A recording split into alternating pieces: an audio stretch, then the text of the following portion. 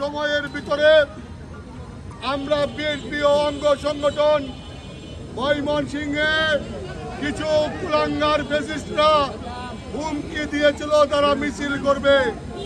আমাদের নেতা কর্মীরা সারা শহরের বিভিন্ন মুড়ে মুড়ে অবস্থান নিয়েছে।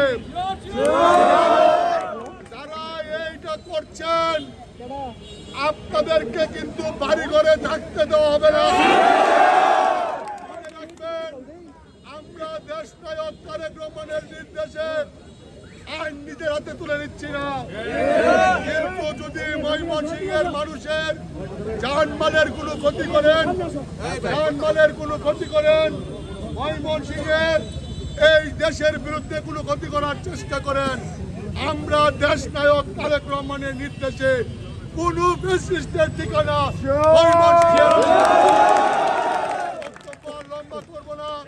আজকের এই সমাবেশে উপস্থিত আছেন মহানগর বিএনপির যুগ্ম আহ্বায়ক সাবেক ছাত্রদল এবং যুবদলের সভাপতি শাহীন আজাদ, জেলা স্বেচ্ছাসেবক দলের আহ্বায়ক সৌদিল আমিন খসরু, সদর সচিব সোহেল খান, মহানগর স্বেচ্ছাসেবক দলের আহ্বায়ক ফয়সাল, সদর সচিব মাহবুব, জেলা যুবদলের ভারপ্রাপ্ত সভাপতি রিয়াজুল কবির মামুন সহ মহানগর যুবদলের সিনিয়র যুব সম্পাদক শহীদ সহ যুবদলের ছাত্রদল বিভিন্ন নেতৃবৃন্দ সকলের ও আমাদের ময়মনসিংহ জেলা কৃষক দলের সাবেক সভাপতি অ্যাডভোকেট আজিজ ভাই সহ যারা উপস্থিত, সবাইকে ধন্যবাদ জানিয়ে আজকের এই তাৎক্ষণিক মিছিলে সবাই চোখ কান খোলা রাখবেন। বাংলাদেশের বিরুদ্ধে এই রাজপথে কোনো ষড়যন্ত্র আমরা বরদাস্ত করব না।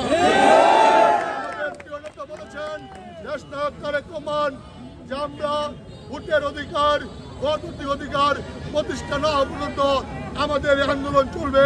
আপনাদের সকলকে ধন্যবাদ জানিয়ে আজকের মিছিল শেষে এই সমাবেশ এখানে সমাপ্ত করছি। আল্লাহ হাফেজ। বাংলাদেশ জিন্দাবাদ, বাংলাদেশ জাতীয় দল জিন্দাবাদ, দেশ নেত্রী বেগম খালেদা